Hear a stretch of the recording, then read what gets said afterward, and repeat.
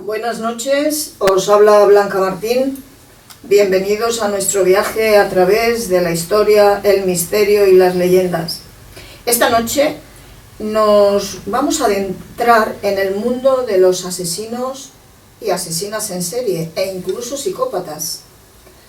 ¿Ustedes no se han planteado nunca qué les pasa por la cabeza a estos individuos cuando cometen el primer asesinato? La verdad es que es todo un enigma.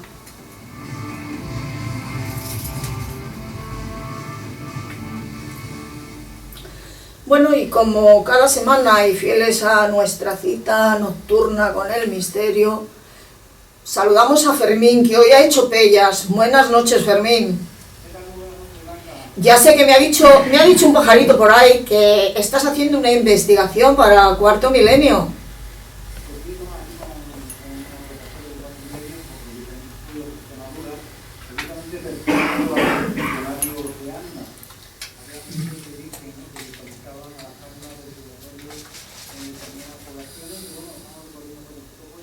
Ajá.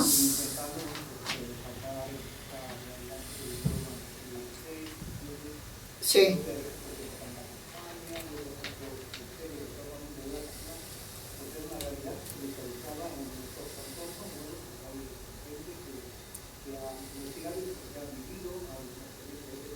Sí.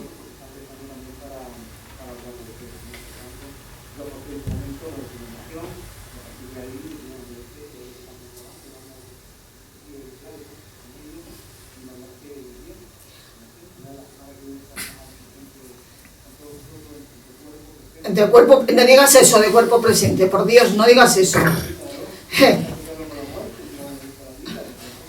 Ya, bueno, pero siempre se ha dicho, mira, está de cuerpo presente, eso es malo, estoy tocando madera, ¿eh? Lo que sí te digo es que apúntate a los pueblos donde ha habido ánimas, donde ha aparecido la Santa Compañía, para yo no pasar. Tú el próximo día me los cuentas. Sí.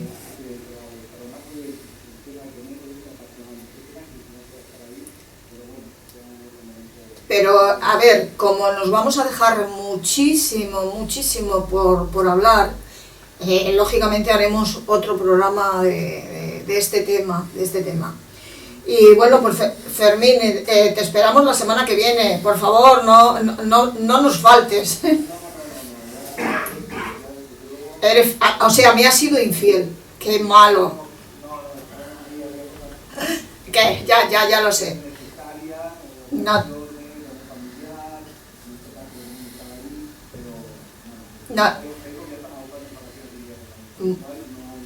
te preocupes, es una broma. Sabes que yo soy un poco bromista, ¿eh? Bueno, pues nada, te despido de verdad, que te salga toda la investigación genial y nos vemos la semana que viene. Y bueno, ya te diré los temas que vamos a tratar la semana que viene.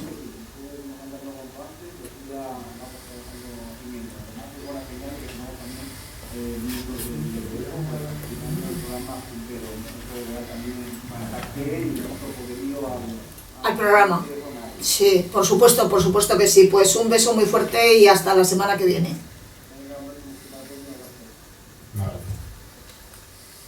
Buenas noches, Javier, ¿cómo estás? Muy buenas noches. Pues mirando si le vemos un poco a Fermín con bastante envidia, porque eso de hacer investigaciones de campo a mí siempre me ha llamado la atención. Nosotros las vamos a hacer, ¿eh? Eso espero, Blanca, porque mira que te las estoy lanzando 2 semanas a la semana. Sí, no te preocupes que colará alguna, no te preocupes. Y lo prepararemos, lo prepararemos bien preparado. Es mejor prepararlo tranquilamente y que salga todo genial a hacerlo atropelladamente y que las cosas así no salen bien, ¿lo sabes? No, completamente de acuerdo. Y además a mí me gustaría, si fuera posible, hacer partícipes también a los oyentes.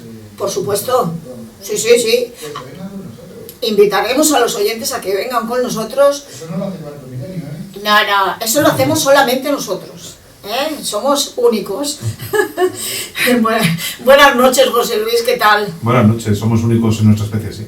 Claro. Además me lo han dicho, que somos únicos, ¿eh? Sí. No, y no en vano la norma de oro que yo sigo en las investigaciones, que ya alguna he ido, es tener mucho respeto y ser un poquito escéptico. Porque si vas demasiado animoso, ves cosas donde no las hay.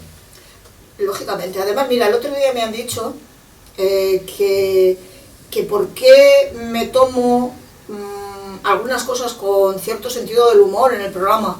Es que hay que tomárselo. El misterio, si te lo tomas todo serio, a rajatabla, pues no tiene mucho sentido. También hay que tener un poco de, aunque suene redundante, un poco de sentido del humor, ¿no? Totalmente. Y hacer que las cosas sean también amenas y no aburridas, porque todo el mundo habla muy serio del misterio y no hay que tomárselo así. Mira, hay una con cosa... respeto, eso sí, pero... Respeto siempre. Pero hay una es. cosa que a mí me gusta decir siempre, y es que hay mucho estrés en la vida real, como para encima, cuando estamos en las ondas, que es fantasía, el soñamiento, que es el gustazo Claro. de hablar, ¿encima también vamos a estar estresados? Pues no, va a ser que no. Nah, No. nah. Buenas noches, Jaime. Buenas noches. Que estás así un poco pachucho, ¿no? Sí, estoy, pues eso, flotante. Flotante. Eso de flotante me ha hecho gracia. Lo del flotar, eso era de una película de ciencia ficción que se llama Los 100, bueno, es una serie, perdón, que me la he visto entera, y los flotaban. ¿Y qué era flotar? Que los echaban al espacio de la nave, porque sobraban en la nave. No había oxígeno y decían, ¡hala! A la calle. No, al espacio, perdón. Sí, ¿no? Eso era flotar. Pues espero que no me mandes al espacio. No, por supuesto que no. Bueno, y nos falta Álvaro, que estamos esperándole, pero el transporte público no debe funcionar muy bien, así que le saludaré ahora cuando llegue al estudio. Y aquí viene la puya, Carmen. Continuamos, Rita, continuamos.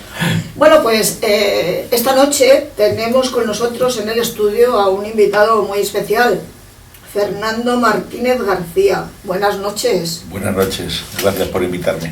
Pero antes de comenzar la entrevista contigo, quiero que los oyentes sepan quién eres, porque además tienes un currículum bastante largo y voy a tardar un ratito, Voy a tardar un ratito.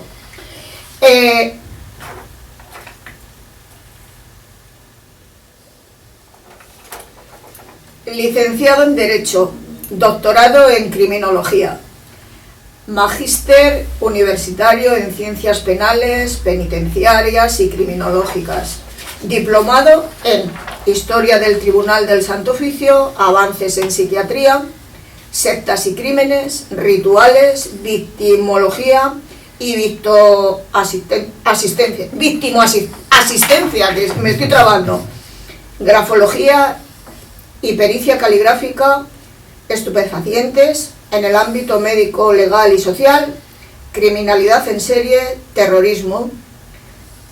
También fotógrafo, periodista de la agencia El Icona Press, escritor e historiador, autor del libro Nuremberg, breve repaso a la justicia internacional penal, y tiene un canal de YouTube que se llama El Amo del Calabozo. Este hombre es completísimo, de verdad.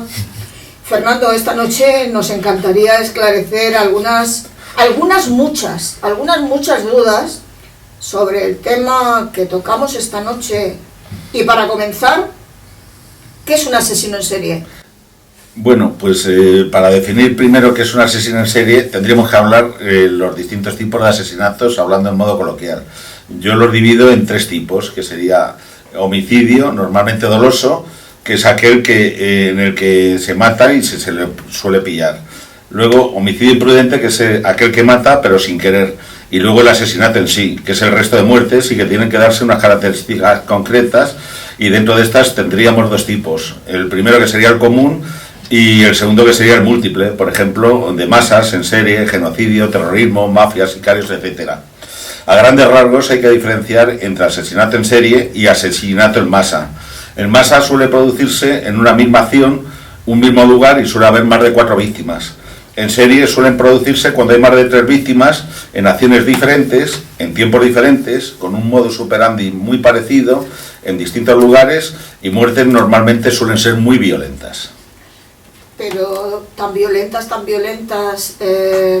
que, bueno, incluso hasta los niños las hacen esas muertes, ¿no? Esos asesinatos, vamos, no esas muertes. Sí, lo que pasa es que estamos hablando de serie. En serie es cuando se repiten. Si los niños son conflictivos y son delincuentes, que muchos de ellos lo son, pues serían futuros asesinos en serie, porque claro, el Código Penal no los contempla cuando son menores.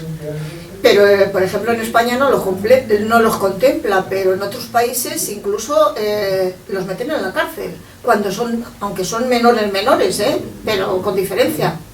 Yo, bueno, no sé si, lógicamente, tú sabes el Código Penal español, no sabes el Código Penal... Sí, bueno, lo que pasa es que sobre los menores habría mucho que hablar. Es que eso daría para un programa independiente. Sí, porque hay menores que... Hay menores porque el caso este de que han matado los dos gitanos, que no quieren decir la etnia, y que han matado a esta pareja señores, pues cuando se han ensañado con ellos con las puñaladas, les han robado y tal, se ve que su carrera delictiva va a ser progresiva, es decir, que los metan ahora a un tribunal de menores, los metan en un correccional, yo creo que los va a agravar. Porque al quitarles de su entorno y meterlos en un sitio, aunque viendo las fotos de estos dos chicos, se ve que estos van a ser muy peligrosos, pero muy peligrosos, porque si con esas edades ya dan puñaladas con ensañamiento, pues cuando sean más mayores y tengan más fuerza, pues se liarán a escopetazos, una motosierra, un hacha. Exacto, pero además es que esta gente cuando ingresa en estos centros, creo que de recuperarse nada, al contrario, muchas veces empeoran, Yo, por la experiencia que tengo y por lo que he oído, normalmente no sirve de nada. Hay casos aislados de que a lo mejor se reintegra o se reinserta a la sociedad, pero la mayoría son escuelas de probables. De probables. Porque ahí aprendes, ¿no?, a abrir cajas fuertes, aprendes, o sea, a abrir cerraduras. Sí, son escuelas. Entre ellos. Claro, porque entre ellos se hablan, no tienen nombre, sino qué es lo que has hecho. Ya. Entonces, ahí depende el grado de lo que has hecho, te consideran mejor o peor dentro del centro entre ellos mismos. Y entonces, pues claro, si estamos a estas alturas de que no tienes nombre y que eres el carroval que ha saltado, yo qué sé, desde bicicleta, motocicleta, has subido de la policía o has pegado 4 navajazos y te quedas tan ancho y encima arrepentimiento ninguno. Ya. Porque a ellos les tienden a reeducar, pero cuando una persona es conflictiva de origen, normalmente es conflictiva de por vida. Sí, bueno, es que un poco también ellos ven la impunidad, ¿no? El mismo día que entran, tarda más el policía en hacer el atestado que el chavalín o el adulto en salir. Entonces, de tanto entrar y salir, se creen impunes, o sea, cada día lo van normalizando, ¿no? No se creen, realmente son impunes. Es decir, ante la ley, lo máximo que pueden hacer es avisar a los padres, que los padres les echen una bronca aparentemente, y el padre, si es un padre conflictivo, que la mayoría son familias desestructuradas, pues les va a dar igual. Bueno, yo quiero decir que realmente siempre se conoce tecnología, que las cárceles son las universidades, ¿no? En menores es más sangrante todavía. Hay un dicho que dice que los niños son inocentes, ¿no? Esto lo creo desde mi punto de vista. Los niños, un niño es capaz de clavarte un cuchillo y no sentir remordimiento. Pero el niño se va educando en la sociedad. La sociedad educa a ese niño y el adulto sabe ya que clavar un cuchillo a otra persona está mal. Entonces, cuando un niño da una paliza a otro, es porque le falta educación. Efectivamente, yo creo que los centros de internamiento de menores y incluso las cárceles son centros donde se aprende a delinquir, pero es un fallo social, es un fallo de la sociedad. Y en este punto yo creo que falta más inversión. Por ejemplo, los criminólogos es una profesión que, desde mi punto de vista, está absolutamente fuera de la sociedad. No se les tiene en cuenta como se debería. Si se escuchara más a los criminólogos, si se escuchara más a los profesionales que han estudiado el crimen, la mecánica, a las víctimas, el modus operandi, etcétera, que luego hay especializaciones dentro de la criminología, se sabría mejor que dentro de un centro de internamiento, si metes a 100 chavales y le juntas con el padre, no vas a decir nada. Bueno, que hay que darles una educación más específica. Sí, no. Es que hay dos modos de entender la justicia: la prevención del delito y el castigo punitivo. Yo soy, lamentablemente, de derecho penal punitivo. Es decir, si tú tienes miedo a lo que te puede pasar, te lo piensas muy mucho. Si estás pensando que si te cogen te van a meter una reinserción, te va a venir un profesor particular, te va a enseñar que eres muy malo pero que vas a ser muy bueno, te da igual. Cuando salgas vas a seguir haciendo lo mismo como poco. Si a ti te dan para ir pasando, te lo piensas muy mucho otra vez de seguir delinquiendo. Y los niños, claro, se habla de los niños, pero yo hablo de los niños de hace 100 años, que eran niños. Los niños de hoy en día, con 6 años, viendo la televisión, viendo que sus héroes son monstruos, son zombies, que van con motosierra, pues claro, cuando tienen 8 o 10 años, cogen lo que están viendo. Entonces, dan 14 puñaladas o 50 y porque no tienen mano, coma 2, y si no te volaban, porque como lo ven en la tele y es normal y no pasa nada, y son inmunes y ¿qué va a hacer el sistema? Pues nada. Intentar reeducarlos, pero nada. Realmente no hacen nada. Falta, posiblemente, yo también soy de la rama política, pero más que de la rama política, soy de la rama post-delito. Es decir, ¿qué es lo que ocurre cuando a alguien se le interna en la cárcel? ¿Qué es lo que tienen que hacer? ¿Qué es lo que... Esa información no se da, o sea, se da la pena como mucho y nos olvidamos ya de delincuente. Y sin embargo, una forma de llamar la atención sobre posibles futuros delincuentes es explicarles que el que delinque la paga. Es decir, el que comete un robo, el que acuchilla, el que lo que sea, se va a pasar 5, 7, 2, 3 años en la cárcel y va a ser un verdadero infierno. Y no la fama que tienen las cárceles, no es que es otro tema, porque el que asesina no queda ahí. O sea, asesina y todavía los españoles tenemos que pagarle 200, 300 euros al día. Claro, y alimentarle, tratarle bien, porque claro, no se les puede maltratar. Nos falta volver a ese trabajos entre comillas, que subsanen esos gastos. Por supuesto, yo arreglar carreteras, bueno, o lo que sea, ¿no? o lo que sea, efectivamente. Bueno, pero es que también habría otra manera de ponerlos a trabajar esos señores que arreglan las carreteras en otro sitio, ¿eh? Entonces, lo que nos está costando es mucho dinero las cárceles españolas y los asesinos que están dentro de ellas. 200 euros mínimo al día por delincuente que está cumpliendo una pena. 200 euros.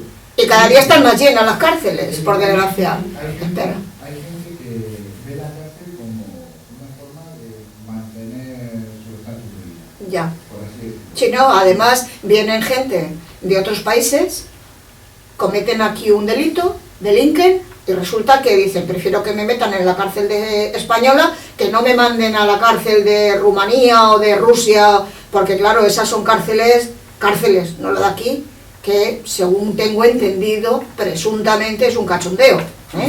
No, yo doy fe. Dar fe, pues mira, me das la razón. Sí, bueno, yo quería recordar, cuando ha hablado Fernando de la agresividad de los chicos estos de Ocharcoaga, que es que recuerdo que Javier Urra, el primer defensor de la comunidad del menor en la Comunidad de Madrid, me dijo que los menores son tan agresivos y pueden llegar a asesinar porque hasta los bien entrados los 21 o 22 años no están hechas las conexiones neuronales necesarias para comprender lo que quiere decir el concepto de muerte. ¿Hasta los 21? Sí, y en algunos casos hasta los 24 y los 27. Pues, a ver, tendrá toda la razón del mundo este señor, pero disiento de su opinión, la verdad es esa. Totalmente. De hecho, hay una cosa que a mí me gusta recordar, lo llevo diciendo desde hace muchos años, y es que la gente, con que cogiera un libro de psicología básico, vería que hay unos agentes socializadores. Obviamente, esos agentes lo que hacen es convertir a una persona, un niño, en una persona que es perfectamente habitable en una sociedad como la que tenemos hoy en día. Entre ellos, obviamente, están los padres, pero también están los medios de comunicación, y hay uno que para mí es esencial, y que esto yo creo que es una de las causas principales de lo que está pasando ahora, que son los padres iguales. es decir, otros niños de su mismo entorno y edad, o cercana a la edad, que generalmente suelen ser influencias de niños más mayores que ellos. ¿Estos qué hacen? Muy sencillo.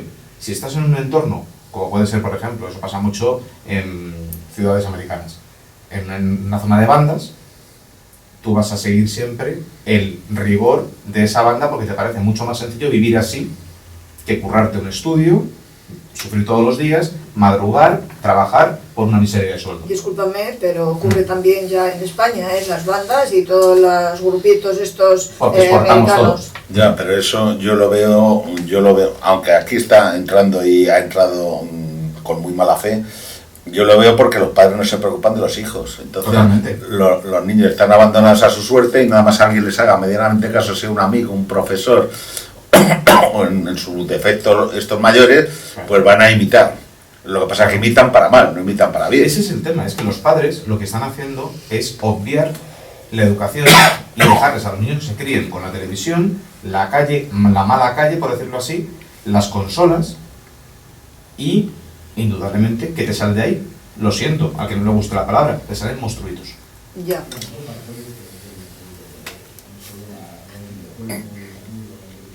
Todo el ambiente influye, porque hay gente que incluso habitando en un barrio desaconsejable, moviéndose con amistades desaconsejables, no delinque porque no quiere llevar responsabilidad y continúa con la vida. Pero si se juntan varios factores de riesgo influyen en esa persona precisamente para que a lo largo de su vida en algún momento dado se incline la balanza por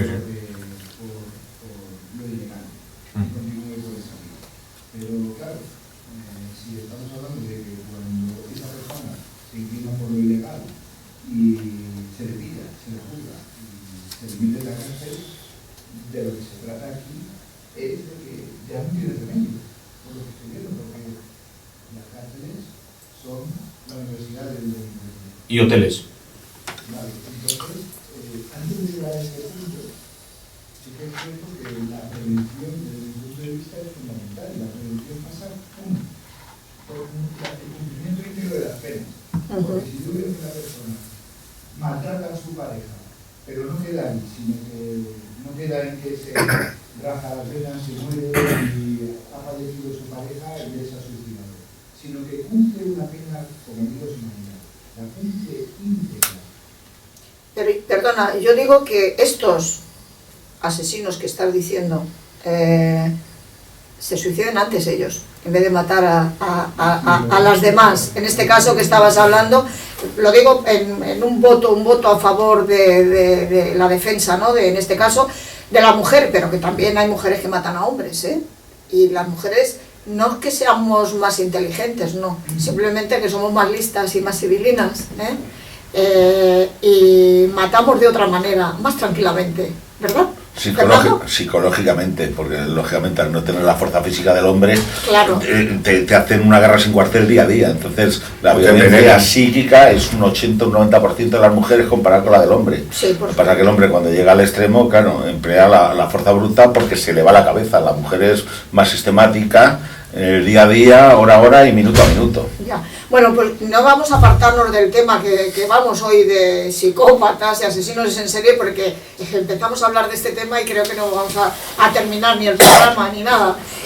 Acaba de llegar Alvarito, por Dios. Buenas noches, Álvaro. Muy buenas noches a todos. Es que es un cumplidor de las clases y se ha retrasado un poquillo. Bueno, ahora te pones al tanto de lo que estamos hablando. Fernando, ¿un asesino nace o se hace? Pues para mí son los dos casos, porque hay que darse cuenta que la raza humana es la única capaz de hacer daño por sí y a sí mismo. Entonces la violencia y la agresividad es innata a la persona y nace con ella. Hay gente que la desarrolla a lo largo de la vida y hay otros que nacen directamente. Entonces hay muchas teorías científicas basadas en biología, en ADN, genética y cromosomas heredados, del superhombre, del supercriminal, pero bueno, eso sería largo y tendido. Pero todos nacemos en alguna medida con el cromosoma ese que estás diciendo de asesino y unos lo desarrollan y otros no. No, hay distintas teorías que unos nacen tendría que verlo, pues era el XY Sí, o bueno, XXY, entonces ahí, pero son teorías, no está demostrado. Hay una cierta estadística que dice que sí, pero bueno, volvemos a lo mismo, somos animales racionales, pero somos animales. El instinto primitivo es agresivo innato porque es instinto de supervivencia, sí, instinto de prevalencia, y en la antigüedad o eras violento o no comías, por supuesto, o agresivo. Lo que pasa es que ahora puedes comer y no ser agresivo, pero no te cohibes. Bueno, si estás en una fila de estas de los comedores sociales, creo que hay tortas, o sea que son agresivos. Se es agresivo cuando te falta lo básico, tienes carencia de lo básico, ¿no? Sí, pero hay mucha gente que no necesita ponerse los comedores para bueno, ser ya agresivos por naturaleza, porque da igual que vayas en el metro, en la parada del autobús, sí, en la cola del pan, cualquier cosa puede ser determinante o detonante de una situación de extrema agresividad. A lo mejor vienes un día, por decirlo, rebotado, y cualquier cosa que uno me mira mal o me da un empujoncito desencadena que te vuelvas ultraviolenta. Bueno, las drogas también tienen mucho que ver en eso, ¿no? Y el alcohol. Es que, claro, Bueno, si entramos en droga habría que ver, Ya. porque un exceso de cafeína puede ser un tipo de droga. Sí, por supuesto. Claro, entonces, Y medicamentos sin receta, y tantas más. sí. Sí, con receta.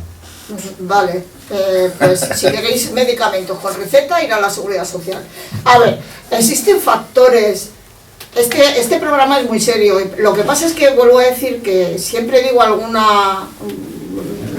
Sí, chascarrillo, efectivamente, ¿Me quieres dejar hablar? Es que no. ¿Has metido otro chascarrillo? Oye, que te he confundido. Que te he confundido, lo siento, perdón, de verdad. Es que estoy hablando y me suena hueco. Bueno, a ver, ¿existen factores comunes en los asesinos en serie? Pues cada asesino realmente es un mundo particular y tiene unas características propias diferentes de los demás, pero sí su modo de actuación sí suele ser muy parecido. Entonces las pautas de actuación o comportamiento, primero, por ejemplo, suelen elegir a sus víctimas, hablamos en serie. Sí, estamos hablando de los... La ausencia de móvil aparentemente es evidente, porque nosotros bajo nuestra lógica no lo entendemos, pero claro, ellos tienen su lógica, que no quiere decir que sea la lógica común. Ellos piensan que nunca les van a capturar porque se creen muy inteligentes. Consideran que su crimen es una especie de ritual y para ello llevan unas prácticas como muy metódicas, a lo mejor un determinado tipo de arma, una navaja. Consideran que a sus víctimas no son personas, son objetos que ellos manejan y hacen y deshacen. Suelen actuar en territorios próximos a donde ellos viven o donde trabajan, en entornos conocidos por ellos, lógicamente. Sí, Raramente se matan a sí mismos, es decir, aunque los vayan a pillar, no se suicidan, normalmente. Pues son unos cobardes. Entre De otras alguna cosas. manera, cobardes por el... Sí, el suicidarse, la gente piensa que es fácil, pero no es tan fácil. Hay que llegar a un extremo muy raro y cortarse las venas o tirarse por una ventana. De esta manera eso sería... Otro programa. Sí, porque lo de cortarse las venas, en las películas estamos acostumbrados que se cortan en hay que horizontal. Hay que cortárselo en vertical. En horizontal es para llamar la atención y normalmente son más las mujeres que los hombres. El hombre que intenta suicidarse se suicida. La mujer que intenta suicidarse es para llamar la atención. Eso a rasgos generales, pero bueno, es otro tema. Luego, volvemos a los factores de los asesinos en serie. Sí. Una vez capturados suelen confesar todo. Es decir, ellos quieren ser oídos y que comprendan su particular punto de vista y lógicamente cuentan todo con todo tipo de detalles. Y tienen mucho deseo de celebridad, de ser famosos, aunque sean sus 10 minutos en un día o lo que sea. Eso a rasgos generales. Luego habría que ver, porque dentro de los asesinos en serie hay los psicópatas, los psicóticos y tal, que eso, bueno, hablaremos más adelante de unas diferencias a grosso modo. Ajá. Y una pregunta, esta gente cuando les captura a estos asesinos en serie, dicen para darse más importancia, para que sean famosos, por ejemplo, han matado, según documentos policiales, tienen constancia de 20 asesinatos, y ellos pueden decir incluso, no, yo no he hecho 20, he hecho 60, 80, 90 más.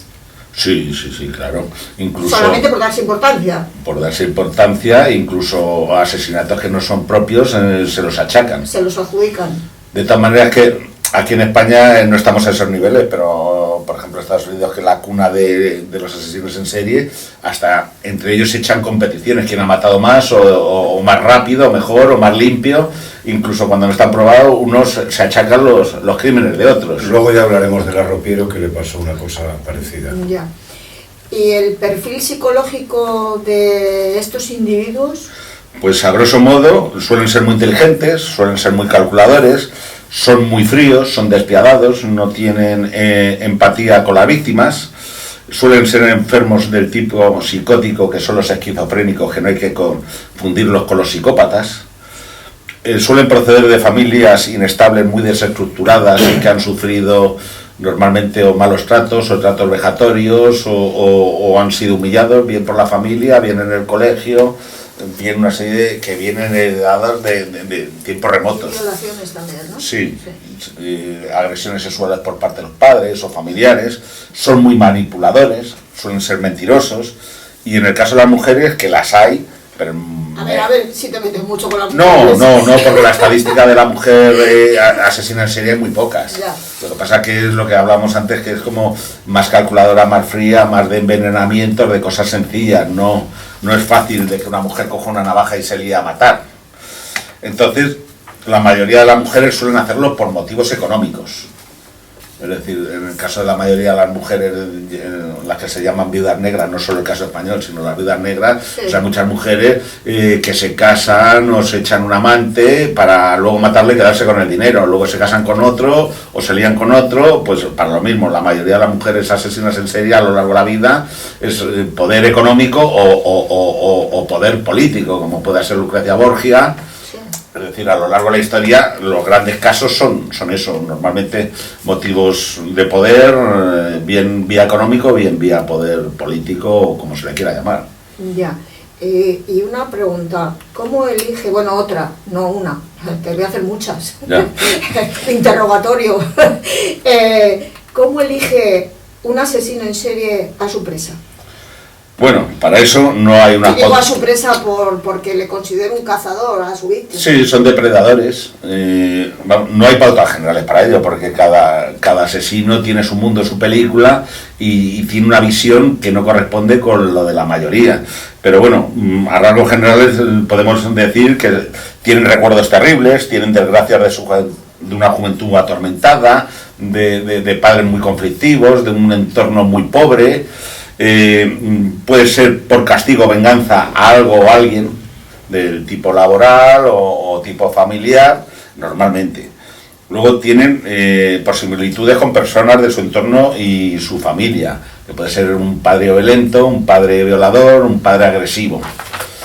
Y luego, últimamente, por problemas sociales con su entorno o con su trabajo, por medio de venganzas y bueno.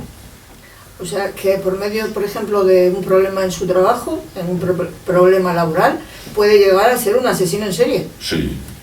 ¿Le puede afectar tanto un problema laboral, sí, claro, a una persona para cometer asesinatos en serie? Tú suponte un ejemplo tonto, pero bueno, un señor que lleve toda la vida trabajando, que no ha servido nada más que para... Pues, uno que monta piezas en una mecánica de coches, sí, y solo sabe poner un tornillo y apretar. Viene una nueva junta directiva y de pronto la junta directiva decide prescindir de él. Ese señor a lo mejor tiene una cierta edad, y a partir de esa cierta edad, ¿qué va a hacer? ¿Y dónde se va a colocar? Y a lo mejor tiene una familia, que es una familia que no tiene otros medios y dependen de él. Entonces tiene que pagar contra alguien su incapacidad, y entonces, pues bueno, si es una junta directiva, no va a ir a por uno, va a ir a por toda la junta directiva y lo va a hacer en el tiempo. No va a entrar con una granada a mano, la va a soltar y abrir la junta directiva, no. Procurar a lo mejor romperle los frenos del coche, a otro atracarle y hacer parecer que es un atraco, un incendio en casa de alguno, un incendio en la factoría dentro del despacho y que se quemen. Es decir, puede darse. Ya. Y esta gente, después de matar, ¿sienten algún tipo de remordimiento? Pues normalmente no, porque son en serie.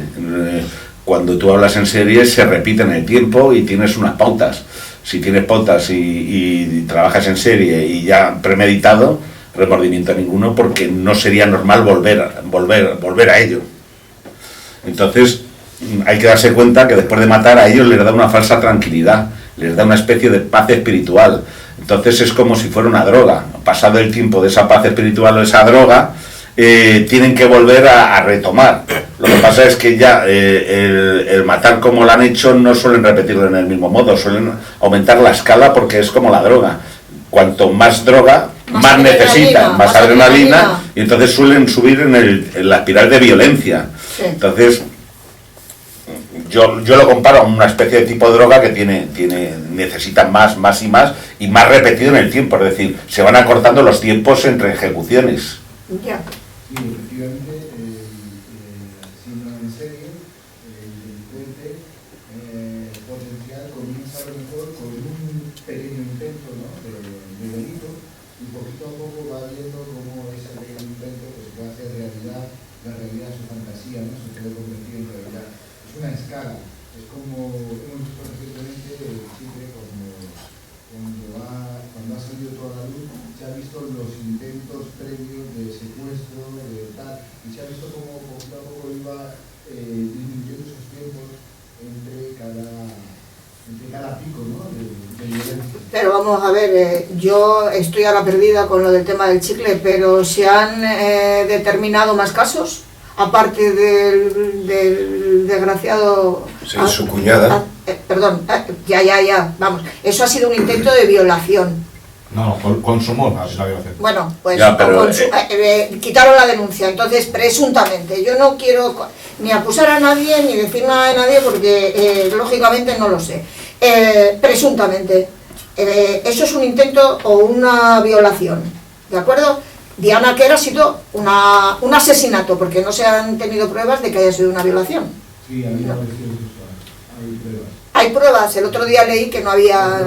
De hecho, su abogado ha rehusado su defensa precisamente porque ha perdido la fiabilidad con el cliente. Perdón. Porque dijo que si se demostraba que el cuerpo había sufrido agresión sexual, él dejaba de ser... Yo lo que había oído, leído y visto en las noticias es que su abogado dejaba de su defensa porque le había mentido que no había sido un accidente de tráfico y se ha demostrado que efectivamente no había sido un accidente de tráfico, que ha sido un asesinato en toda regla, además había sido estrangulada. Sí, pero hay que darse cuenta que este señor, aparte de lo de la cuñada y demás, ya andaba metido en tráfico de drogas, en denuncia, es decir, que él ha subido la escala. Eso es lo que estamos hablando. No viene de violador desde pequeñito o de abusos sexuales, sino que él ha ido subiendo en la escala progresiva de delincuencia. Sí. Y de hecho la han pillado por tonto, porque sigue en investigación y repite lo mismo de lo que se ha librado por pelos. Ya, pero ¿se le puede acusar de ser un asesino en serie?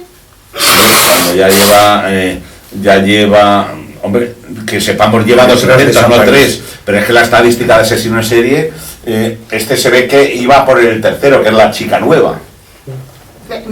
Me sigo perdiendo, Vamos a ver, primero tenía la cuñada, creo que era la cuñada. Intento de violación, no era intento de asesinato. No, ya, bueno, pero la violación, si te da mal y te reconocen, terminan matando, porque lo que no quieren es dejar testigos. Hombre, ya, pero su cuñada la había reconocido de sobra y le había Ya, denunciado, ¿no? pero es que no sabemos si hubiera consumado, qué hubiera pasado. Oh.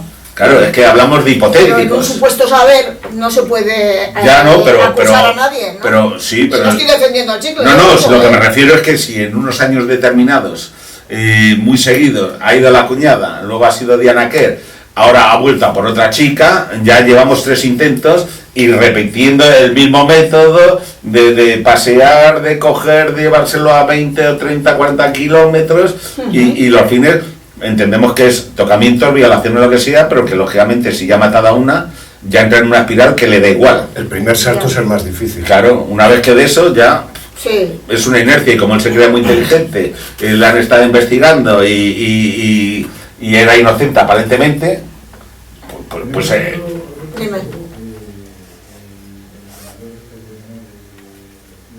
ah. Que le han puesto la pena tiempo porque el siguiente paso posiblemente hubiera sido ya el asesinato de ¿Alguna niña? una niña. Hasta ese momento lo que hacía era drogarlas y las dejaba abandonadas en algún rincón. Sí, algún descampado, sí. Pero el siguiente paso natural de ese violador en serie, que ahora preguntaré a Fernando si existe la figura de asesino en serie en España. Sí. Sí, hay con cuentagotas, pero hay. Hubiera sido ya el asesinato para no dejar mal, para no dejar a esa víctima que podría reconocerle como así. Pero Javier, repito, lógicamente no tiene, vamos, ninguna disculpa ni ningún perdón, como se suele decir, no tiene ningún perdón de nadie, ¿eh? El violador este, que además le cogieron en Cantabria, me parece, le detuvieron en Cantabria, pero no le podemos acusar de ser o de poder ser un asesino, porque no lo ha sido, hasta que no se tenga la certeza. Al violador este de niñas en serie que hubo en Ciudad Lineal. Sí, sí, claro que está cumpliendo una pena, pero no por asesinato, es lo que quiero decir. Ya.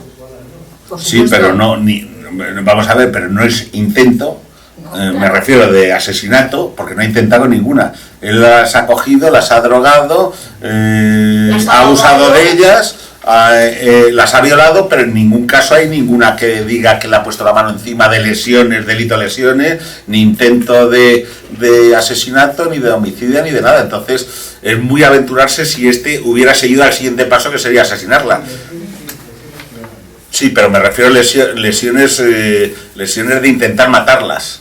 Una cosa es que la sujete porque forcejea o por atarla, por decirlo, en una cama, en una pared o lo que sea, y otra es lesiones de te abro la cabeza. A lo que voy es que el siguiente paso, el siguiente escalón, posiblemente en ese violador, en ese pederasta, hubiera sido el asesinato de la niña para no dejar atrás. O no. Claro, A lo mejor en su locura, él con lo que siente placer inusitado es en violar, tocar y tal, y hasta ahí llega. Sería mucho aventurar porque no hay pruebas suficientes como para ver que haya saltado en la escala. Hay gente que llega a un determinado fin y aunque parezca estúpido o ridículo, ahí se quedan. Que vamos a ver, que estamos hablando de violaciones de niñas, que eso es una salvajada.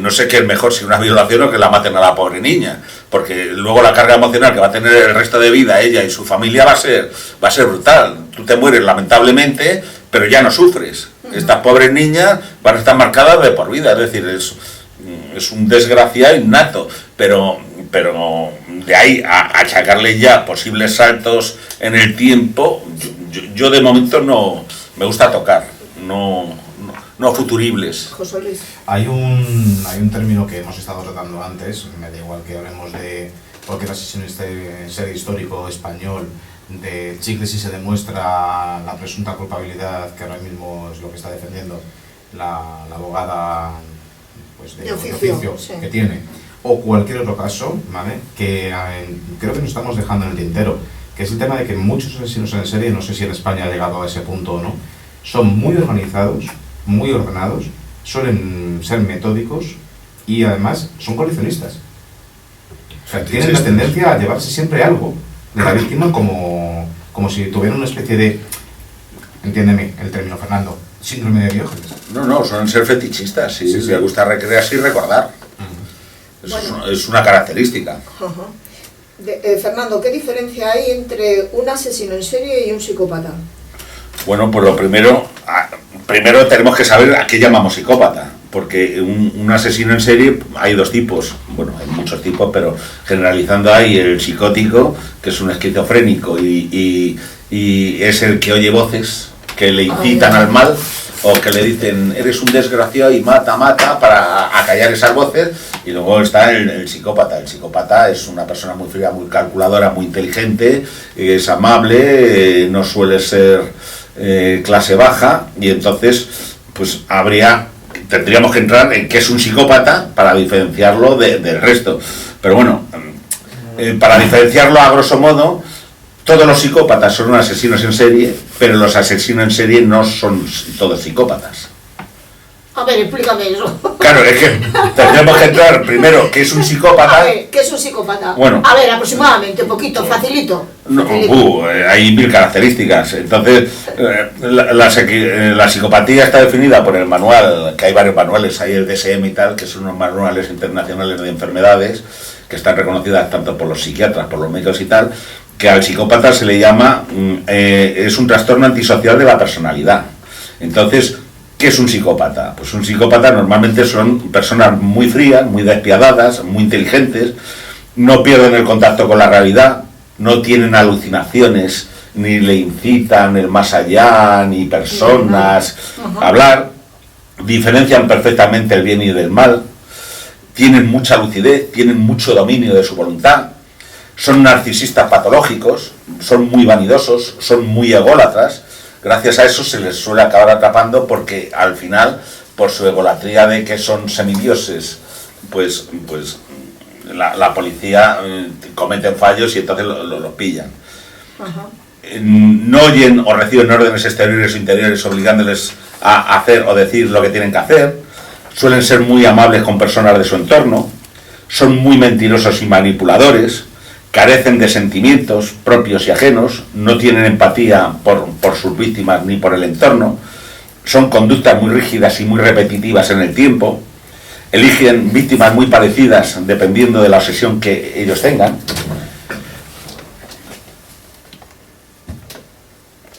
Suelen ser reincidentes, tienen un comportamiento muy rutinario, tienen una crueldad y un refinamiento en el dolor y en sus métodos. No solo matan, les gustan observar cómo sufren las víctimas para contemplar su dolor.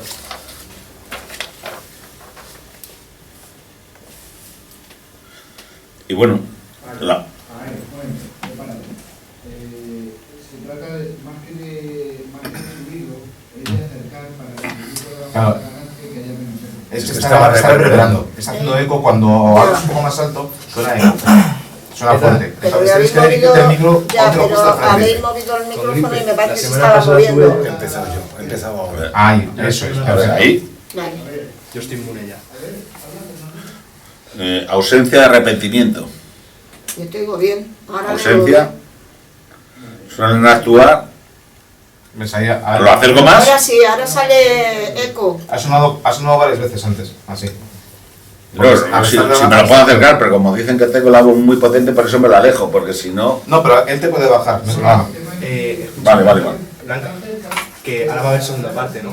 Al girar Va a la haber- va a cabeza, haber segunda sales parte. del ángulo y te subes. Pues eso, Y que cuando ahora vuelves, te que hace me eco. quede bien, yo ahora me callo, ¿sabes? Porque quedará en cuanto 10 minutos o algo y ya me da paso en la segunda parte. Claro, Es sí, más sí, no te estético. preocupes. Vale, entonces yo ahora, por eso no me digas que si... Vale, pues si no sabes, ¿recuerdas que ha quedado? Sí, sí, sí. Vale, preparados, listos.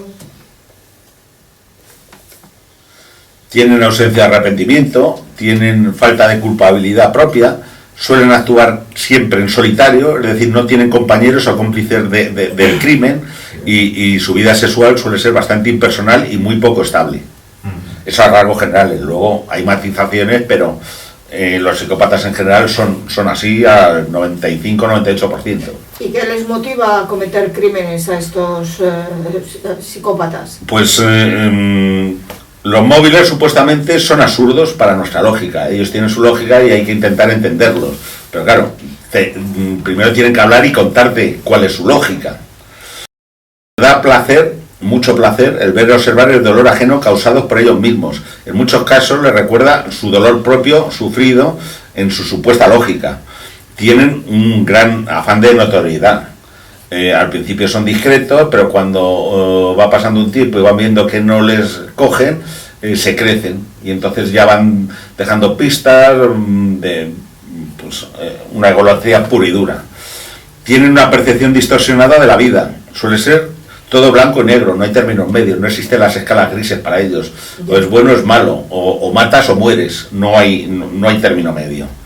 Muchos buscan y desean y propician el ser descubiertos, porque realmente lo que buscan es un castigo social por su maldad, porque ellos son muy inteligentes y saben que lo que están haciendo es malo. Lo que pasa es que les da igual, pero una vez que les descubren y va pasando el tiempo, en el fondo buscan que les pillen y que les castiguen.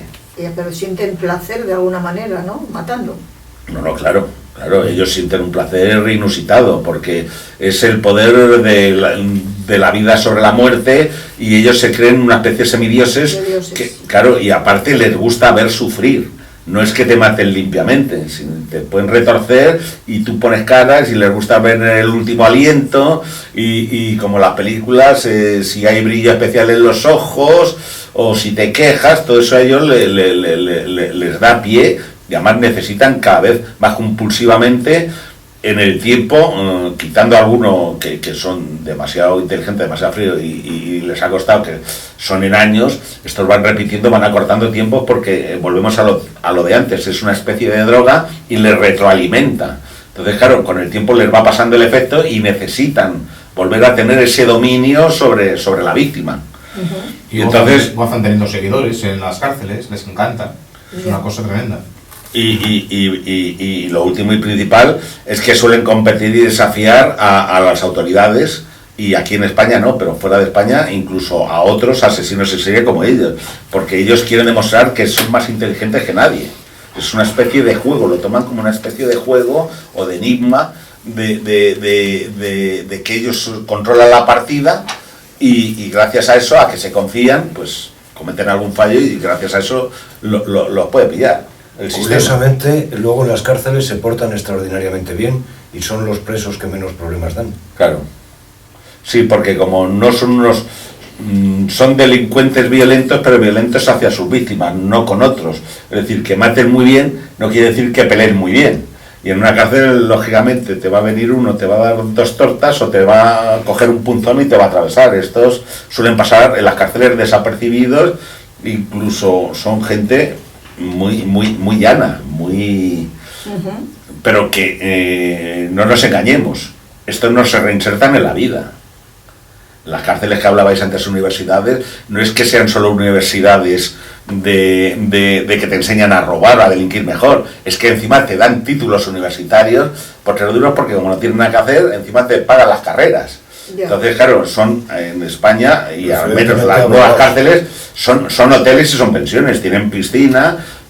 Mira, quiero recordar que dejan pasar televisiones en 2 o 3 semanas en tu habitación. No, en todas las cárceles. Sí, no, pero los presos etarras tienen hasta neveras, porque han celebrado con cava. No, digo las televisiones que lo pueden tener, si la pagan. Ya, pero que es curioso que tienen piscina, campo de fútbol, tienen tenis, pádel, educación, un sueldo, trabajo les intenta buscar, es decir, que pues lamentablemente el tema está así, que es lo que hablabais antes, los extranjeros vienen aquí, es mano blanda en las cárceles y son hoteles, y encima sus mafias en sus países, a sus familias los van a mantener, pues mejor están aquí que no en Rumanía o en Sebastopol. Lógicamente. Y, a ver, ¿qué dificultades encuentra la policía para poder capturar a los psicópatas, a estos psicópatas que estamos hablando? Pues todas, porque como no sea que cometan un fallo, son personas totalmente normales, amoldadas a su entorno, y entonces no destacan en nada, no hay rasgo común que tú los detectes, porque como es gente amable, que hablan con los vecinos, saludan al ayudan a las señoras a abrir la puerta y tal, ¿cómo vas a detectar así? ¿Quién sabe? Hasta que no aparece un cadáver o que la han cogido, sale en televisión o en los medios, nadie sabe que el vecino del quinto o la vecina del tercero a 15 kilómetros ha matado 18. Ya. Entonces no es fácil. Fernando, antes de pasar a la segunda parte del programa, que ahora vamos a dar nombres y apellidos de asesinos en serie y sus terroríficas acciones, ¿no? Sí me gustaría que informaras a los oyentes qué se debería, si se puede, hacer si sospechan que un individuo de los que hemos hablado puede estar en su círculo social o en su entorno cercano. Pues ¿qué puede hacer? Aparte de protegerse, lógicamente, y no estar... Denunciar, pero que no intente investigar por su cuenta, pues estas personas son personas muy inteligentes y detectan todo. Entonces no vaya a ser que tú seas el próximo en la lista. Ajá. Entonces, ante cualquier indicio de que Hacerte veas algo raro, sí, lamentablemente es así, porque sí. Esta persona tú le miras de reojo, tú te crees que no te ha observado y a lo mejor él sí está pendiente, porque ellos tienen todo el tiempo del mundo y no tienen nada que perder, nada más que su vida, pero como ellos ya la han sacrificado en pro o pos de su mente enferma, pues ahí no tiene nada que hacer. De todas maneras, volvemos a lo mismo. Con estos hay que tener cuidado porque no son ni serán nunca reeducados para un caso que pueda haber esporádico, porque ellos piensan que su enfermedad no es enfermedad, que es algo natural y que los equivocados son los demás. Entonces tú no le vas a reinsertar, y si le reinsertas es su máscara para que es normal para salir, pero cuando salgan van a volver a sacar lo que tenían dentro. Pues... No es... por muchas conductas tanto de choque como psiquiátricas, como psicológicas, como estudios y tal, en muy pocos casos estudiados han comprobado que con el tiempo sirvan de algo. Les puede atenuar, a lo mejor, por conductismo o por otras historias, pero no les vas a quitar. Yo creo que tampoco, que el que ha llegado a esos extremos no tiene arreglo, como se suele decir, no tiene arreglo. Desde mi punto de vista. Sí, bueno, pena de muerte, pero como está abolida, está abolida... Quieren derogar, quiero hacer este inciso, quieren derogar la... sí, la revisión... Espera, que iba a decir pensión, no te lo pierdas. Prisión permanente. La prisión, sí. Exactamente, permanente. Muy bien, Álvaro, muy bien. Entonces, no me parece bien, por lo menos algo que sepas, que si hay un asesino que ha matado a... Bueno, con que mate a 3 vale, y a 1, no sé si me explico, que no tenga la oportunidad de salir a los 10 años.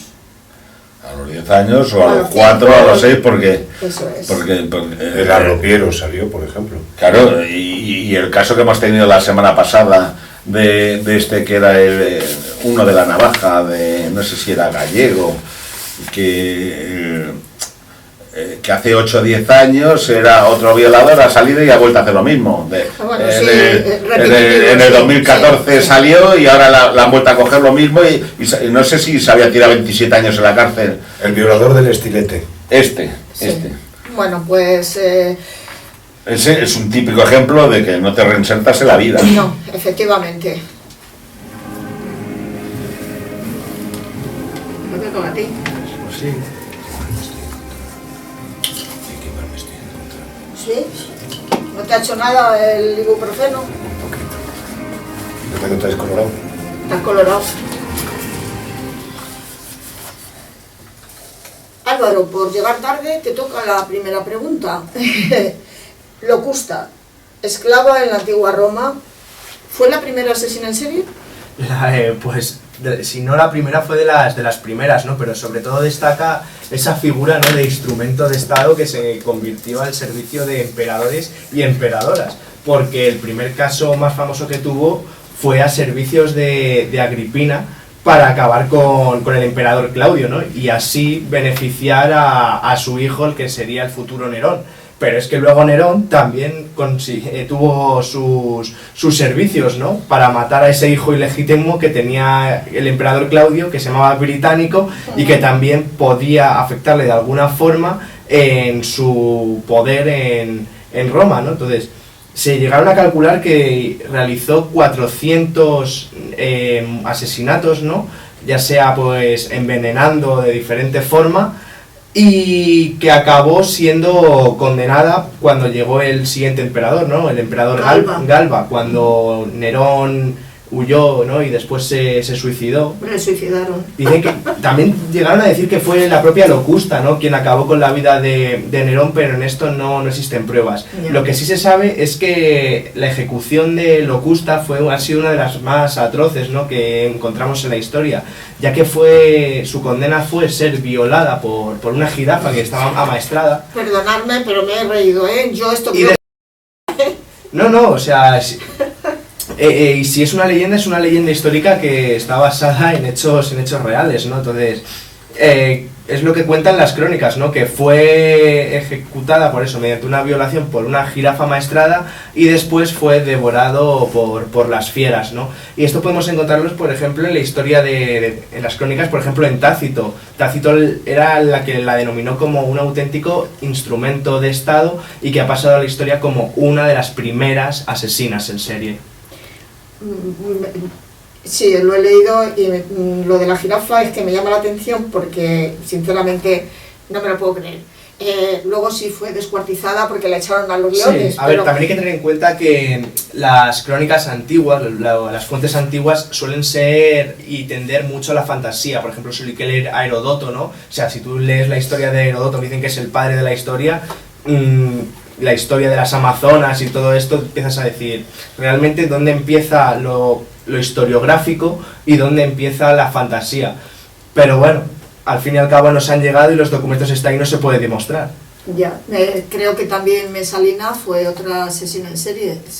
Sí, Mesalina, que además era la mujer, ¿no?, y que antes de Claudio, antes de Agripina, ¿no?, y fruto de ese, no sé si británico, fue hijo de Mesalina y de Claudio. Lo cierto es que fuera o no, también fue víctima de Locusta. Pero sí, Mesalina se cuenta que también fue una de las primeras asesinas en serie porque también hacía ese trabajo sucio, ¿no?, como muchos en la antigua Roma, ¿no? O sea, estamos en una época en la que prácticamente los emperadores desaparecían así, o porque una persona lo asesinaba, o porque se suicidaba porque realmente se había vuelto loco. Ya. ¿Y esa competición de Mesalina? Sí, bueno, pero es que... En fin, ¿qué podemos decir? Retó a las prostitutas a ver con quién se acostaban por la noche con más hombres, ¿no? El mayor número. Exacto. La mayor creo que dijo que se había acostado con 27, pues ella llegó a los 200. Me pregunto cómo acabaría esa señora, pero bueno, la verdad es que me parece... A ver, lo estoy comentando porque hablar de Mesalina es un poco la historia o la leyenda que todo el mundo conoce, o que todo el mundo sabe. José Luis, ¿hubo más asesinos en serie en la antigua Roma? Sí, mujeres, y además de todo eso ya habéis hablado largo y tendido de una de ellas, que es Mesalina.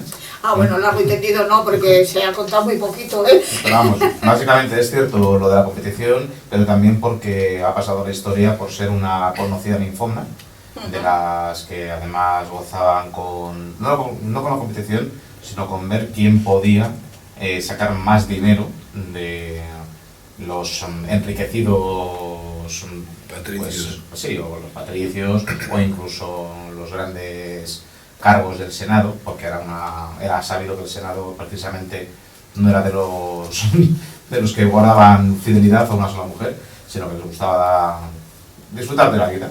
Y bueno, pues Mesalina, ¿por qué se la considera que fue quizás sí, una de las asesinas en serie de las primeras del siglo I después de Cristo?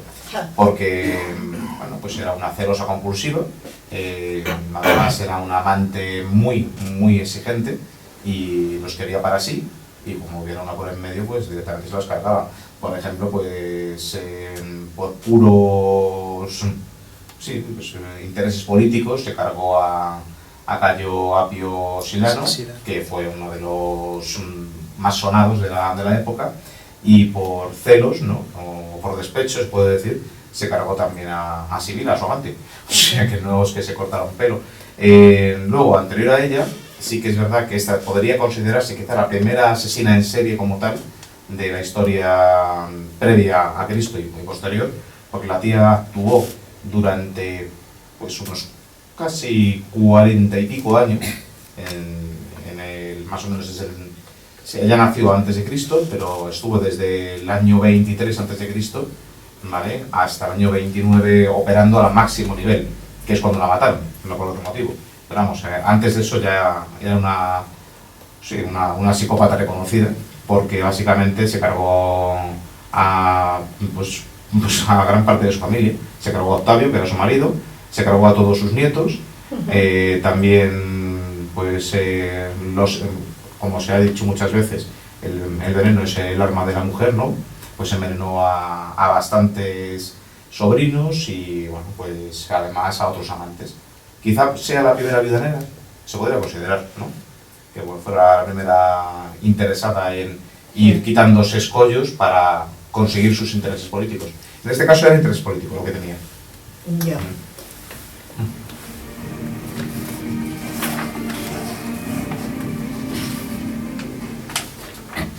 Vivas, las mujeres se muestran distantes conmigo, no comparten nada. Trato de establecer una relación, pero no la hay. Cuando las manos se quedan así. Es la manera que tengo de poseerlas. Las amo y las deseo. Las quiero para mí solo. Que hagan una sola persona conmigo. Edmund Kemper.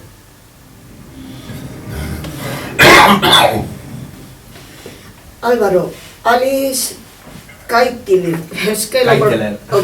Mira, Kaitilir. me dice que Kaitilir. Sánchez. Vale. Aunque fue acusada y condenada por brujería, fue una asesina en serie de Irlanda, ¿no? Sí, a ver, si lo vemos con los ojos de hoy, obviamente sería una asesina en serie totalmente. Con los ojos de la época sería una bruja. Además, es considerada como la primera bruja condenada en Irlanda. Alice Wachi, como se diga, pues eso, fue una noble en la cual, pues, se dice que se casó 4 veces con su segundo marido. Se dice que asesinó a su hijo, pero es que lo curioso, tenía que tener un largo repertorio esta mujer, porque cuando murió su cuarto esposo, todos los hijos que había tenido con los demás maridos la acusaron y denunciaron de ser una envenenadora y de ser una hechicera, ni más ni menos. Entonces los tribunales tomaron cartas en el asunto y finalmente fue acusada, pues, de envenenadora, de asesina, de blasfemar, de adorar incluso a un diablo que tenía hasta nombre, Robin Atkinson o algo así. Sí. Y lo curioso además es que cuando fueron a atraparla, ella huyó. Entonces, ¿con quién tomaron represalias los tribunales? Como había hecho muchas veces la Inquisición, ese famoso pelele de quemarlo y tal, pues aquí no, aquí cortaron por lo sano, cogieron a sus criadas, porque hemos dicho que era noble, a sus criadas, y también lo pagaron con sus hijas. Entonces, las cosas atroces que iban a hacer a Alice, finalmente las hicieron con sus allegados. Entonces, asesina en serie, sí. Lo que sí seguro es que fue considerada como la primera bruja de la historia de Irlanda. Ya. Bueno, pues Jaime, a ver si ahora lo pronuncio bien, ¿eh? Gilles de Rais. Sí, Gilles de Rais es otro asesino sanguinario de niños. Ahora cuenta, porque esto es horrible. Es un viejo conocido de este programa, porque ya lo hemos tratado en otros programas. Pero bueno, empiezo con una frase de Stalin: matar a un hombre es un asesinato, matar a muchos es un dato estadístico. Una estadística. Claro, sí. Entonces, Gilles de Rais era senescal de Juana de Arco y estaba considerado uno de los mejores generales en batalla por su ferocidad. Entonces, claro, cuando se le terminaron las guerras, pues de alguna manera tuvo que seguir con esa compulsión, como decía antes Fernando, y siguió matando. Y claro, él era, como he dicho, senescal de Juana de Arco. Entonces, cuando mataron a Juana de Arco, dijo algo así como: si Dios permite la muerte de una santa, puede permitirlo todo. Entonces, claro, buscaba ese ideal de pureza que también hemos hablado en otras ocasiones. Era un asesino de niños, mató a más de 300, y era además tal su perversidad que en algunas ocasiones mandaba a sus criados que les torturaran, y cuando el niño estaba a medio torturar, llegaba como si fuera su protector y su defensor, y cuando ya el niño se confiaba, cogía y ya lo mataba.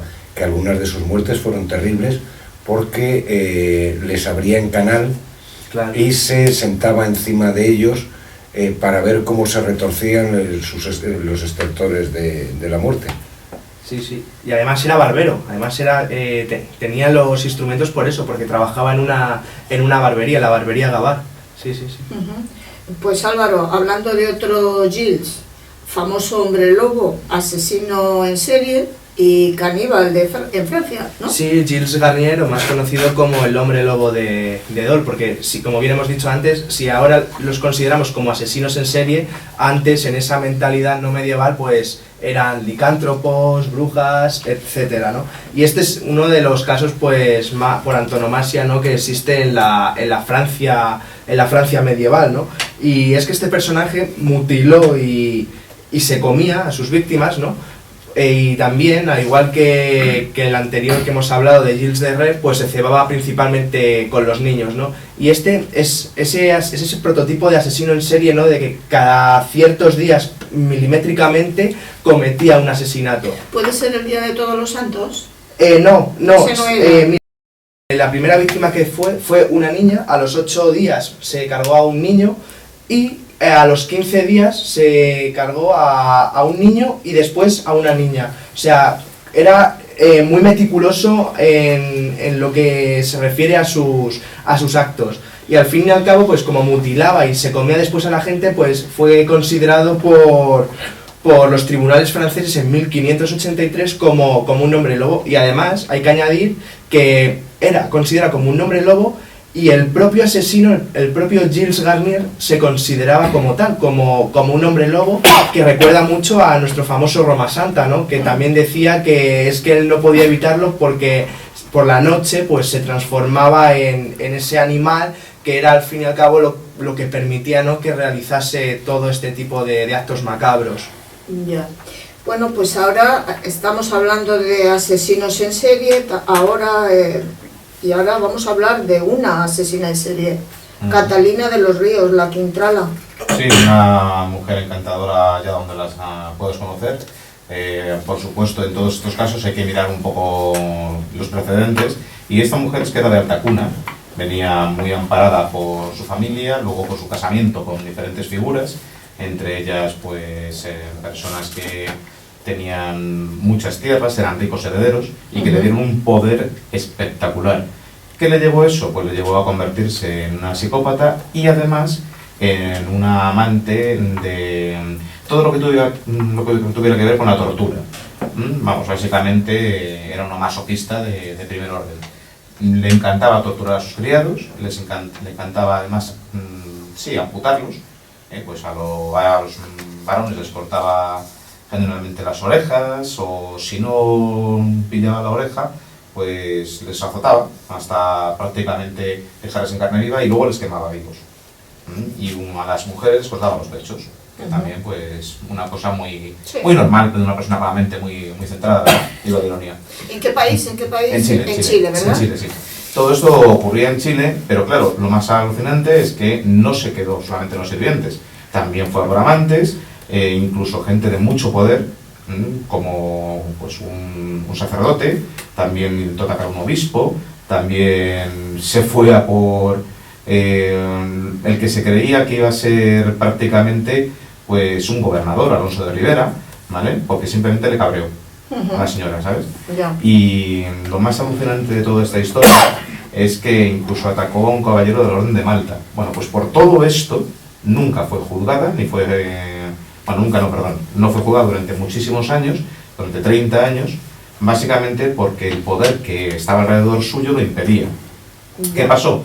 Que ya llegó un momento en el que, pues básicamente, el obispado no pudo más y, bueno, pues él empezó a buscar todo tipo de documentación y allá por 1660 la Real Audiencia cogió directamente y pues, le buscó todas las opciones para meterla en un juzgado.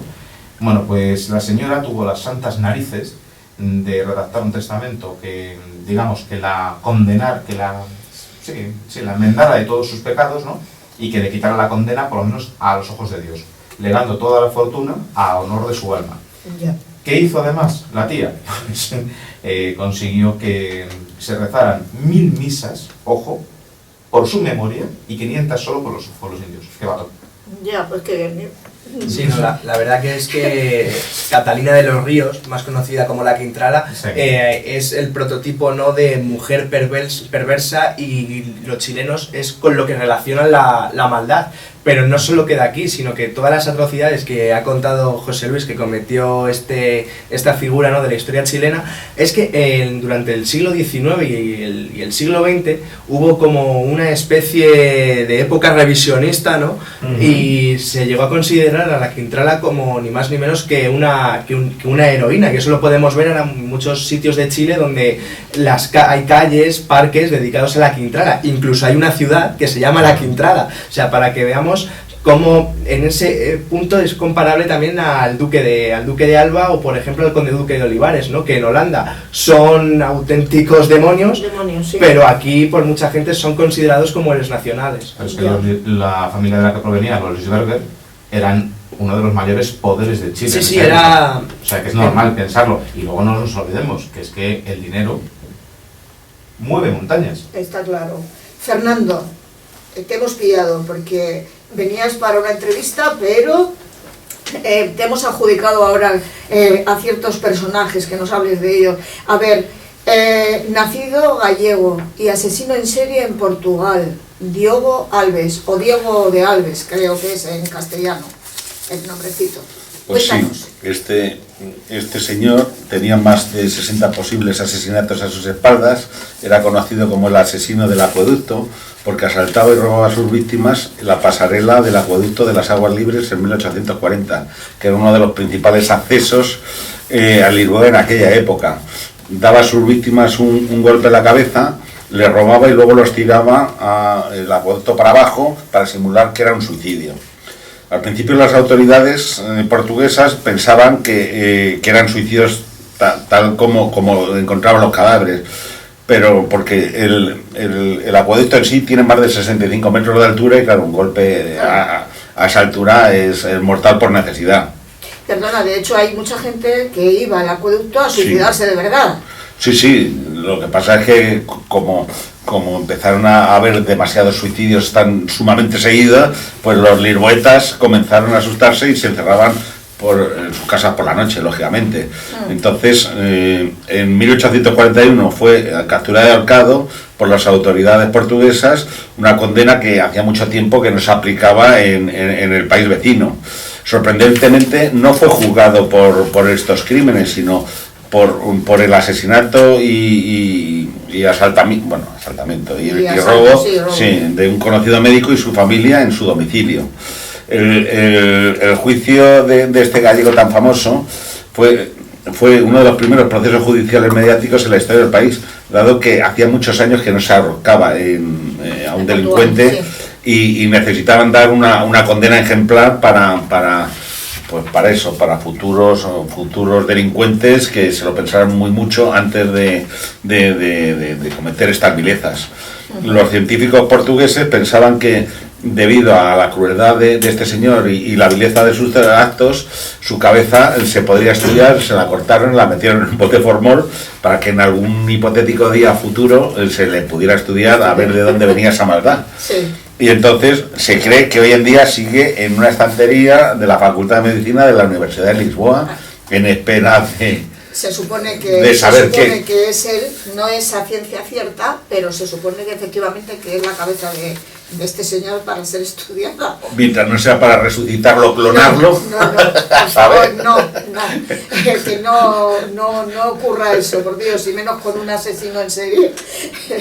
Se puede clonar a lo mejor un Einstein o un Newton o algo de eso, pero no es... Sí, pero lo gracioso es que no era en portugués, era un gallego Era portugués. gallego, Al menos no mataba aquí, mataba al país vecino. Sí, al país vecino, Sí. la verdad, pero bueno.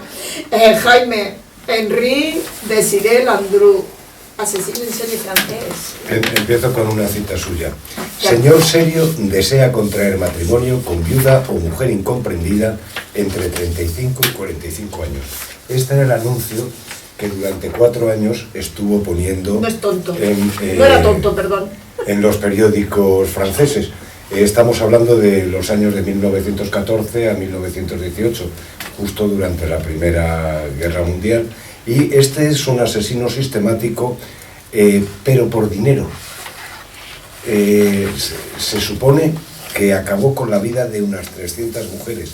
Y bueno, también antes hablaba Fernando de que muchos de estos asesinos pues han tenido familias desestructuradas. No, este no. De hecho, su nombre, Désiré, quiere decir en francés deseado, sí, porque fue muy deseado por sus padres y tuvo una infancia, si no acomodada, porque era hijo de un fogonero de fundición y una costurera. Sí, fue un niño muy querido. Pero a los 20 años tuvo que casarse con una de sus primas porque la había dejado embarazada. Y bueno, empezó con estafas de poca monta. Él apuntaba maneras, ya quería ser rico, y con el último dinero que le quedaba fue como puso el primer anuncio. Y las mujeres generalmente eran viudas, porque claro, durante la Primera Guerra Mundial pues muchos hombres fueron a la guerra y sus mujeres pues se quedaron sin sus maridos.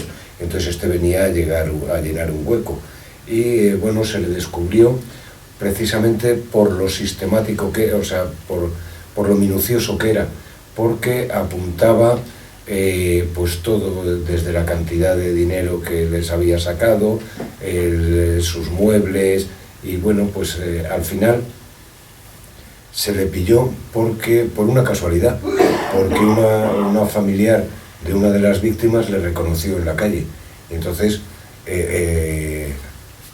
pues le cogieron un célebre policía, pero aunque murió guillotinado, que era la forma de muerte en aquella época, tardó muchísimo en probársele que había sido un asesino. De hecho, hasta muchos años después no se descubrieron en un cobertizo a muchas de sus víctimas. Uh-huh. Pues como estamos hablando de franceses, voy a comentar el caso de Marcel Petiot, el doctor Satán o el doctor Petiot. Voy a hacerlo tipo telegrama, porque como siempre nos estamos quedando sin tiempo y tenemos que contar muchísimas cosas, así que lo voy a contar lo más rápido posible. A ver, ya desde niño tenía un carácter muy violento y a los 17 años se dedica a robar.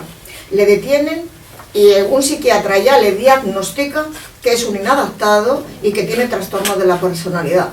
Comienza la Primera Guerra Mundial, detiene sus estudios de medicina y se alista en el ejército, y debido a su comportamiento le internan en una prisión militar en Orleans, en un pabellón psiquiátrico además, y definitivamente le declaran desequilibrado mental, paranoico, depresivo, etc.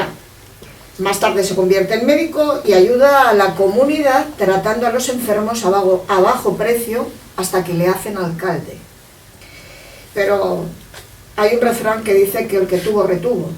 Y no guardo precisamente para la vejez, pero descubre los fraudes en la alcaldía y las malversaciones que realiza y le suspenden como alcalde.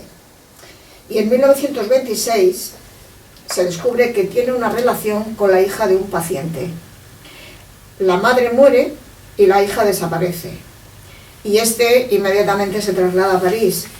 Y ahora viene la mejor parte de este asesino, 1943, Segunda Guerra Mundial y la ocupación nazi. Prepara en la bodega de su casa una cámara de gas. ¿Y para qué? Ofrece a las personas amenazadas por la Gestapo, que vengan a su casa y que les proporciona una huida a Argentina. Pero nunca saldrán de la famosa bodega. En 1944 los vecinos denuncian los malos olores que salen de la vivienda del doctor Petiot y los bomberos entran por una ventana a la fuerza, entran a la fuerza por una ventana y como estamos hablando de franceses, digo, voilà, más de 70 maletas, 30 cuerpos desmembrados pendientes de quemarlos. Y bueno, pues cuando vieron este espectáculo dantesco dijo que era un patriota y que los cadáveres eran todos nazis. El 25 de mayo fue ejecutado.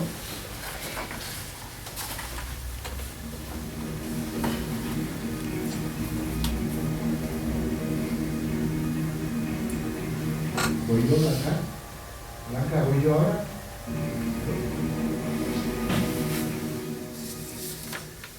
Una persona que tenga un grado muy de necesidad de estímulo y de necesidad de dominio para sustituir su ausencia de emociones tiene más posibilidades de convertirse en un asesino en serie. Eduardo Punset.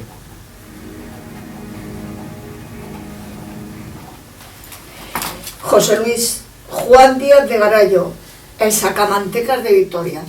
Uno de los primeros asesinos en serie que se cree que hubo en España. Bueno, pues básicamente se dijo de él allá por finales del siglo XIX, más o menos, que pues era una bestia parda, ¿no? Y que entre sus haberes tiene pues el asesinato de 6 mujeres, haber atacado incluso a otras 4 más como mínimo, ¿vale?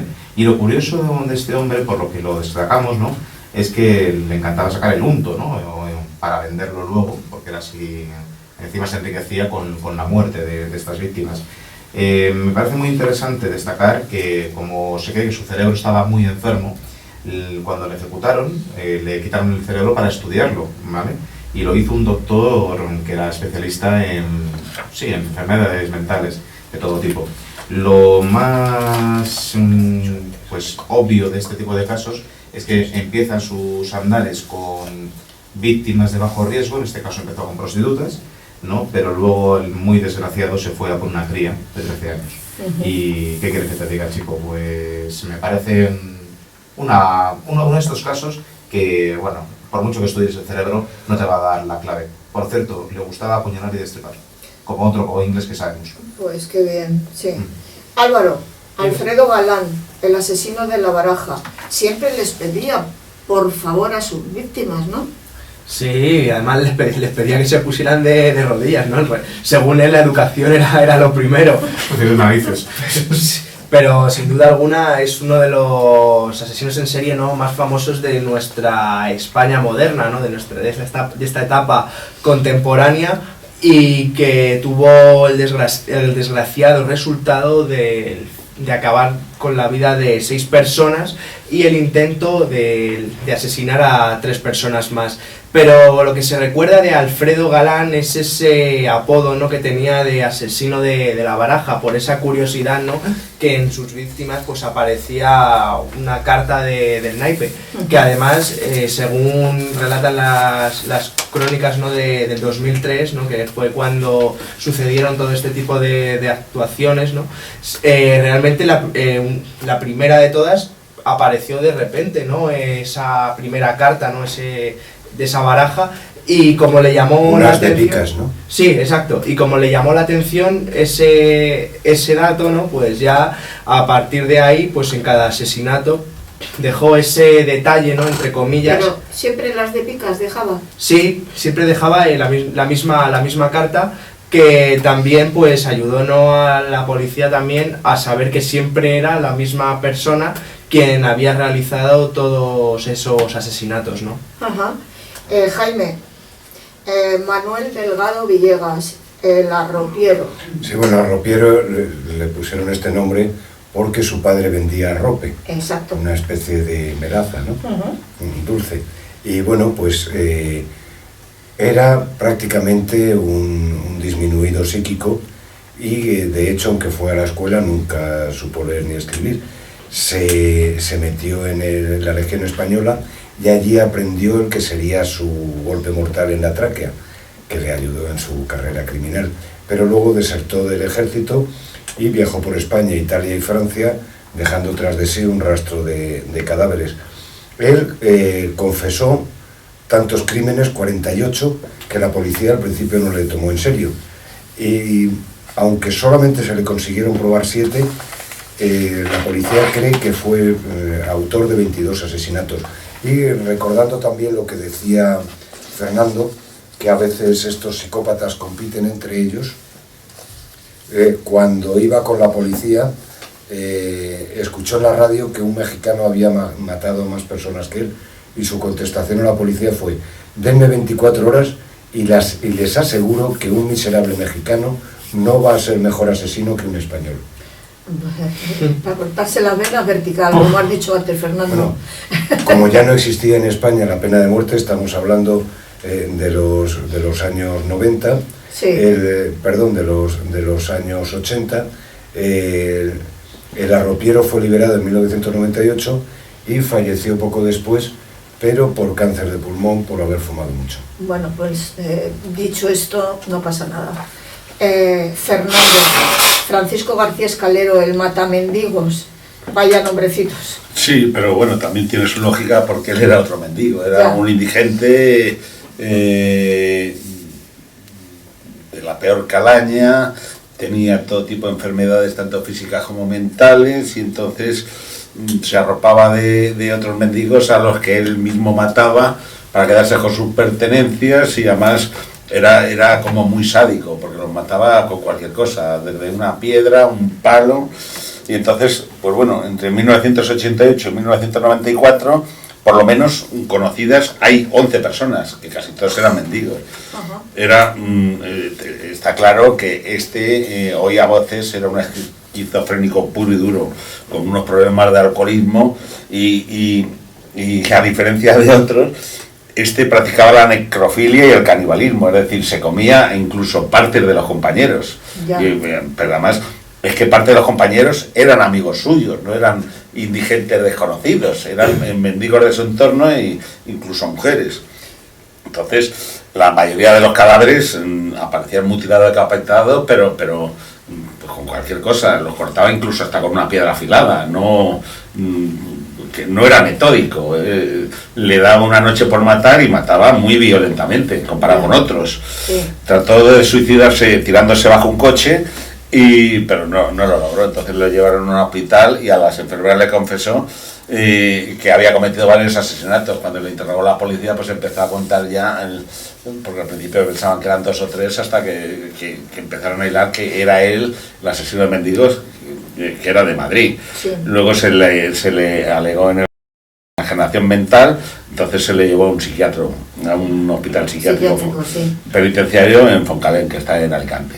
Ahí murió, ¿no? Sí, en el año Fue 2006. Sí. Sí, el odio a los mendigos se llama aporofobia. Ya. Y es cierto que este elemento, el matamendigos, abría las tumbas del cementerio de la Almudena y se supone que sabría quién estaba enterrado allí dentro. Sí, claro. porque le gustaba pasearse por las noches, por allí, por los Y nichos. violaba, me imagino que Cadáveres. violaba... Sí, la necrofilia es precisamente eso, Exacto, el amor a los cadáveres, pero aparte de amor carnal. Amor... Sí. Violencia inusitada. del gratuita. más allá, amor del más allá. Sí. José Antonio Rodríguez Vega, el Mataviejas. Otro nombre fantástico, ¿verdad? Sí, sí. Este también gustaba de violar, lo que pasa es que le gustaba violar a pobres señoras mayores, ancianas, y no precisamente a pocas, ¿eh? Fue más o menos en un año, ¿vale? No, menos de un año, en unos 8 meses, entre el año 87 y el año 88, el tío atacó, violó y asesinó a 16 mujeres que estaban más o menos en un cuadro de edad de los 60 a los 93 años. Que hay que tener también la cabeza un poco ida para ir a por ellas. Aparte de ser un cobarde, porque no se pueden defender y tiene poca fuerza, bueno, te cuento.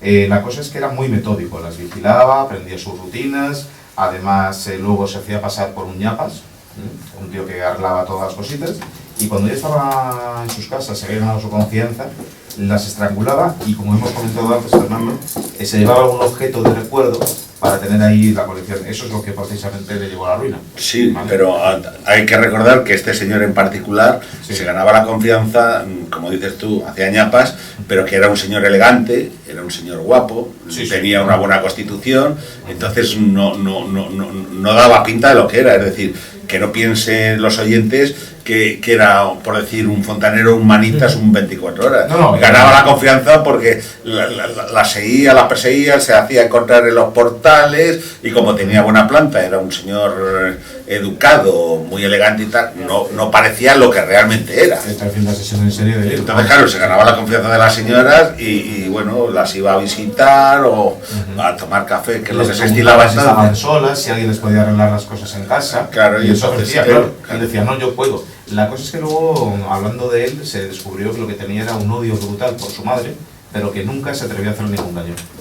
Con lo cual, focalizaba todo eso en señoras de la edad de su madre, y bueno, pues como buena bestia, pues se ganó una muerte horrible, ¿vale? Y es que fue asesinado en la cárcel de Topas por otros presos. En Salamanca.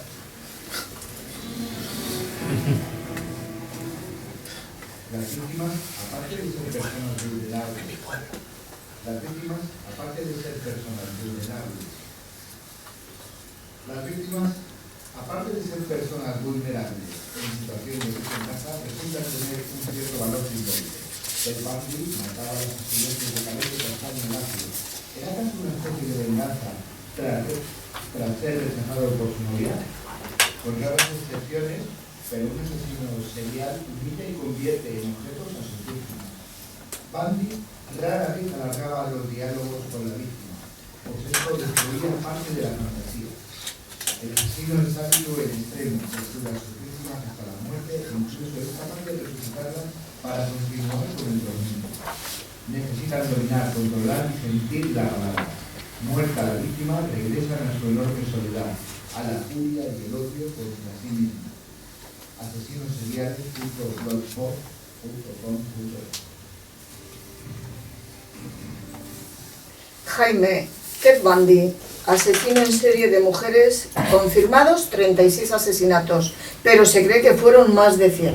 Sí, posiblemente fueron más de 100, porque bueno, él terminó confesando y es nuevamente un caso prototípico de psicópata, que encantador, inteligente. Bueno, de hecho, se licenció en psicología, de pequeño había sido scout, había sido Boy Scout, y bueno, llegó a ser joven promesa del Partido Republicano. La manera que tenía de acercarse a sus víctimas era convirtiéndose en un objeto débil, es decir, se presentaba, paseaba por los campus universitarios, pues o bien con unas muletas o con el brazo en cabestrillo, y entonces dejaba pues que sus libros cayeran al suelo y a la vista de alguna chica de las características que ha dicho antes Javier, que tuvieran el pelo largo y con raya en medio. Y entonces le acompañaban hasta su coche y entonces él les golpeaba con una palanca y se iniciaba así la pesadilla para la mujer.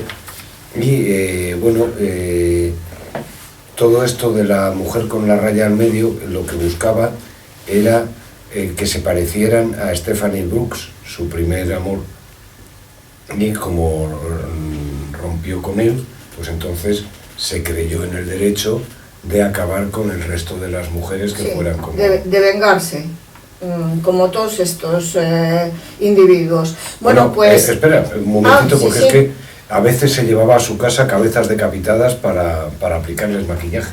Ah, como la señorita Pepis, esa. Sí. Sí, que la peinabas y la maquillabas. Mirad, perdón. Madre mía. Hemos agotado el tiempo por hoy y además tenemos que repetir el programa, y bueno, no repetirlo, perdón, seguir con el programa el próximo día porque nos han quedado muchísimos asesinos en serie, niños que son asesinos en serie, y de verdad que la semana que viene vamos a terminar el programa. Y bueno, después de este recorrido por el mundo de los asesinos en serie y psicópatas, tenemos que mirar a nuestro alrededor. En la sociedad que vivimos debemos de fiarnos de personas encantadoras, amables y a veces bonachonas. Yo no me fiaría, de verdad. Como siempre nos hemos adentrado en la historia real, las leyendas y el misterio. Hemos llegado por hoy al final de nuestro viaje y volveremos la semana que viene con un nuevo e interesante tema. Javier, buenas noches. Muy buenas noches. Nos hemos quedado muy cortos de tiempo, de verdad. Nos hemos quedado Hoy cortos sí. porque el tema da para largo, así que vamos a continuar.